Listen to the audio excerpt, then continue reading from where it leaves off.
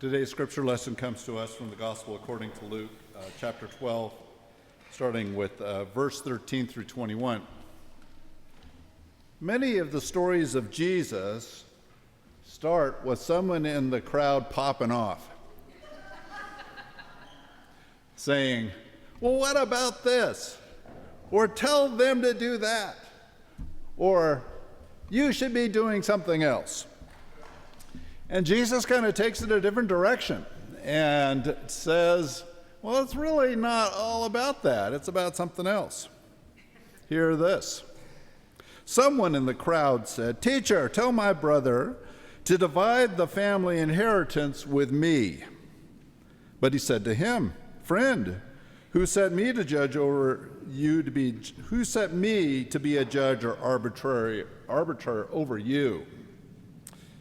And he said to them, "Take care and be on guard against all kinds of greed, for one's life does not consist of the abundance of possessions." And then he told a parable. The land of a rich man produced abundantly, and he thought to himself, "What should I do? For I have no place to store my crops." And then he said, "I will do this.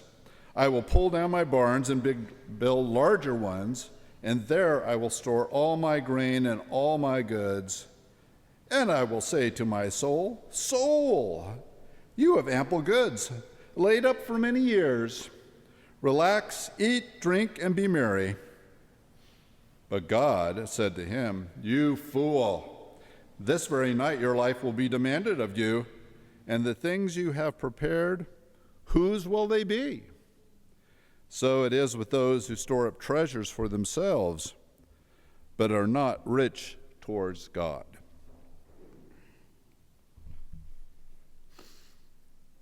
Any of us who have lived in one place for a long period of time, maybe even a short period of time, depending on how much of a collector you are, have stuff in the recesses of the back closet, stuff in the garage, stuff that haven't seen the light of days in years.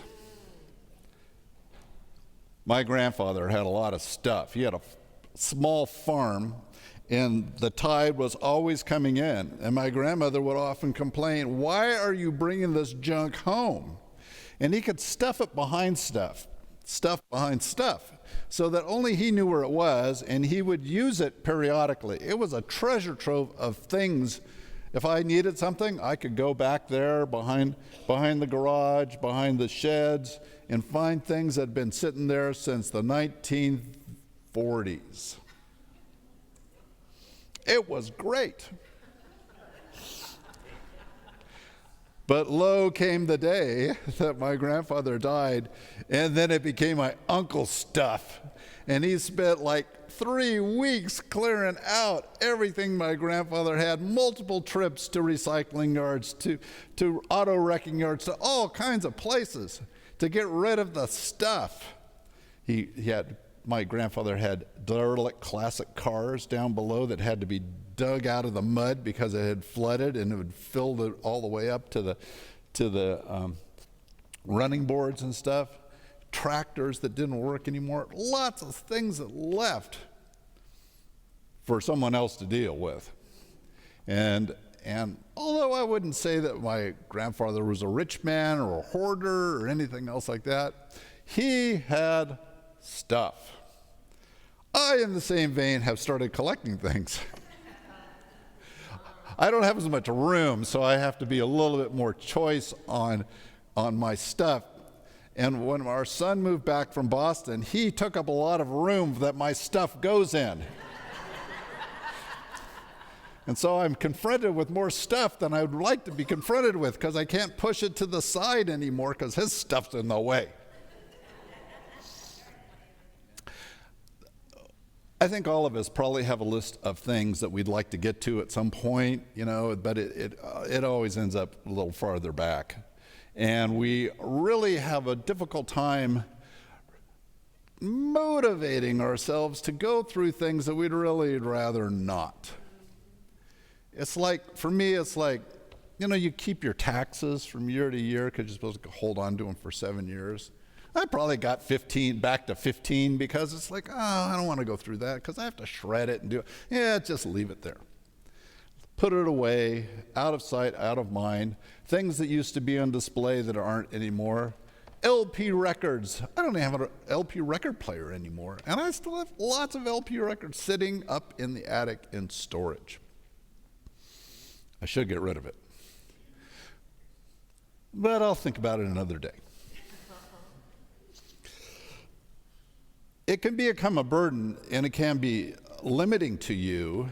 And I've seen it actually in our ministry multiple times, where people have lived in homes. Anna Ruby Carlisle lived in this home. She was born into it, lived in it her whole life, died in the home. And she had an accident at some point, and her leg needed to be amputated, and so the 2-story house became a 1-story house to her, and then she couldn't get around because her mobility got worse and worse, and so she was living in 3 rooms. The living room where she slept, the bathroom that she used, and the kitchen that she used periodically. Go and see her, because she was a shut-in. We went and saw her. I said, you could probably do better. And she said, I'm on the list at Hillcrest. I can move in anytime I want. Never did.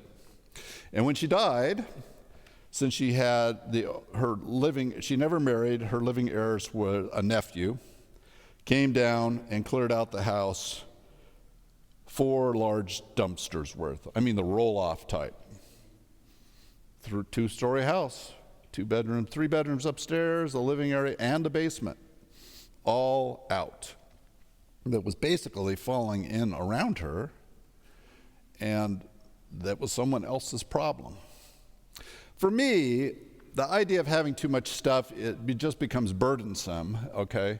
And the way that this story is often preached is about all the stuff that the person accumulates, and in fact has to tear down his barns and build something bigger. But I'm going to take a little different tact at this point on. And my tact is the problem that he had was the problem of disengagement. That he said, I got it all now. I don't have to concern myself with anybody or anything because it's all here for me now. And so therefore, I don't really care about the cares of the world anymore. I got it mustered and bookend, and I know I have enough. What it doesn't say in the story or in the parable is that what did he do with all the other people who had to work at his farm? What did he do with all of the other things that he was once engaged with? What did he do with all of the life that he once lived, that he had to be a part of a community when he decided, well, I got enough in my barn. I don't need to go out there anymore. I don't need to do anymore. I am going to rest on my laurels. I'm going to, and then there's the quote, isn't it? Eat, drink, and be merry the rest of my life. The world is not my problem. I am good to go with my life of me. It didn't work out so well for him, did it? Or at least we didn't really hear his side of the story from that point on. But God says, good try, dude. You're gone. And so often, we don't plan on that end of it, do we? That our days are up, our numbers are done, we're called back to where we started with God. And then, then we create all this other stuff about that, like we have to go to St. Peter and tell him all the things we've done, and we got to see we got to read the list and say, oh man, you failed on that one. Did pretty good there. But, that's kind of an after the fact assessment. People who pull themselves out of living are living the after the thought assessment. Oh, I did enough. Look at my list. It was good. I don't have to do that anymore. I'm done being involved with all the things I was involved with. I'm done. I don't need to. I can just rest. I got it all. I think that's the real tragedy of the story, is not the division of goods, but the idea that you can actually remove yourself from the from human community and human enterprise and human emotions, that somehow you can insulate yourself from the world that you live in. And to me, that is the great tragedy of the story, that a person can think, hey, I got enough. I don't need to worry about that stuff anymore. I'm done. And the minute a person is done, the world becomes the past tense for them. And I've seen it with shut-ins.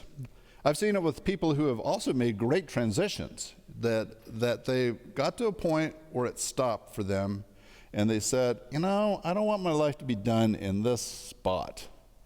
And they go and they do something else. It doesn't necessarily mean that they moved out of their house and they sold out of their possessions, they did all kinds of, it does mean though, that they came to an ending point and found that they needed to do some more. It wasn't that they stopped and said, oh, let's eat, drink, and be married. Or they stopped and said, well, I can't do this anymore. I'm physically incapacitated. I can't get out anymore, so I'm not going to go do anything else. It's that they hit that point, which all of us do at some point. We all hit a stop point, don't we? And whether it's we stopped working or we moved or the things that we had we can't really manage anymore, we all hit stop points. The question is that a permanent stop? Is that the point you give up on living? And you say, well, I'm done. I've done it all I can do. I'm going to sit here and watch TV the rest of my life to fill the days and hope the evening comes soon enough that I can fall asleep. And I wake up late enough that I don't have to encounter the morning. I've seen that too. A congregation is only as good as the people who make it through the stop points, who make it and make different decisions as they come to points in their life. You can be any age. It's not like you have to be old to hit a stop point. I hit some major stop points at 19 and had to really work hard to get past them because it just didn't seem like I had the ability at the time. But there were other people around me who gave me the strength to look at these things and to work my way around them and to start all over anew. So it's not like, for those of you who are young, it's not like this is an old person's problem. It's all of our problem. As a congregation and as followers of Christ, we are called to not give up on living. We are called to never come to the point where we're tearing down our barns and filling our new barns with bigger things so we don't have to be a part of the world around us or engaged with the human community or holding back love because we don't feel like we have enough anymore. When we get to the end of our life, someone's going to deal with that stuff, whether we want it to be us or someone else. I hope it's for you that you're dealing with your stuff and not leaving it like my grandfather to his son to spend 3 weeks cleaning out everything. But really we have choices, don't we? And we have to come up with a plan. But the plan only happens when we hit the stop points. It's at that point that a new plan is engaged, a new way of looking at the world happens, and we marshal our forces, gather people around us, proclaim the good news that we can go on beyond this point, and take a step into the future that is uncertain. To me, that's kind of the good news of Jesus, isn't it?